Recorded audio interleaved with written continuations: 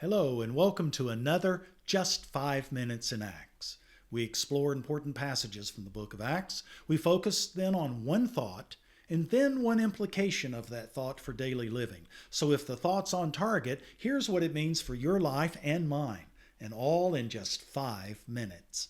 I'm Clay Brown, Adult Discipleship Pastor at Memorial Drive Presbyterian Church, 11612 Memorial Drive, Houston, Texas. It's my joy to focus on Bible study, small groups, and theological training to develop lifelong followers of Jesus the Christ. I'm honored to be the lead teacher for a class at MDPC called Building Your Faith, Exploring Scripture with the Pastors. With a team of gifted pastors and seminary-trained staff, we go into these passages in detail. Every Sunday at both 9:45 and 11:15 a.m., pick one, in the MDPC Amphitheater and by Zoom. For more information, go to byf.mdpc.org. By the way, BYF is short for Building Your Faith, not Baptist Youth Fellowship, in case you wondered. Also, if I say something today that raises a question or my natural snark comes out and you simply must comment, please email me at cbrown@mdpc.org. I'll respond to every legit email, not asking me to send you $500 because you've been mugged in London. Heard that one before. Today's passage is Acts 15:22 through 35. The Jerusalem Council met about the relationship between Jewish and Gentile followers of Jesus, made its decision, and now communicates with the Gentile believers in Antioch of Syria. We look at verse 22 and then jump to verses 30 through 33, all from the New Living Translation. Then the apostles and elders, together with the whole church in Jerusalem, chose delegates, and they sent them to Antioch of Syria with Paul and Barnabas to report on this decision. The men chosen were two of the church leaders, Judas, also called Barsabbas, and Silas. The messengers went at once to Antioch, where they called a general meeting of the believers and delivered the letter. And there was great joy throughout the church that day as they read the encouraging message. Then Judas and Silas, both being prophets, spoke at length to the believers, encouraging and strengthening their faith. They stayed for a while, and then the believers sent them back to the church in Jerusalem with a blessing of peace. Okay, what's our one thought?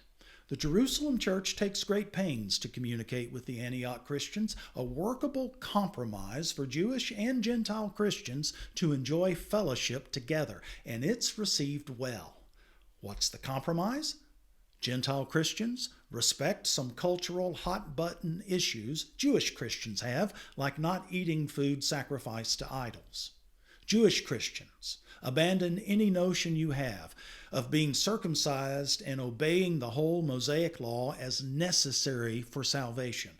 Both sides. We are saved only by the grace of Jesus Christ alone, not Jesus plus something else, only Jesus. It's important to note the messengers here. It's Paul and Barnabas, foremost advocates for Gentile Christianity and missionaries to the non-Jewish world, and it's two others selected by Jerusalem, Judas and Silas. In person, they'll elaborate on the letter they bring with them. Silas sound familiar? He has such good rapport with Gentile Christians that he will be Paul's partner on the next missionary journey. You see, you need to send the right people, and headquarters does just that. All right, what's one implication of this thought? Compromise sometimes gets a bad rap today, and sometimes compromise is wrong. For example, it's sinful to accept you must add something to Jesus and His grace. That's a no-go, always. But other times, when compromise can result in something closer to a win-win, we ought to support it in church world, which these days can be a hard place in which to exist. Think pastors need to wear skinny jeans. Not this pastor. No one wants to see that. But I'm okay with some wearing them if they think they need to. Music. I like some hymns and some praise songs. Not the ditch I want to die in most of the time. Neither skinny jeans nor musical styles are core issues of the faith. In short, if our difficulties with fellow Christians are not over Jesus alone, grace alone, faith alone, and Scripture alone, and not over core ethical issues, then I say we show a fractious, angry, divided world the way of peaceful and healthy compromise. Well, that's enough for now. Thanks, God bless, and see you soon for the next Just 5 Minutes in Acts.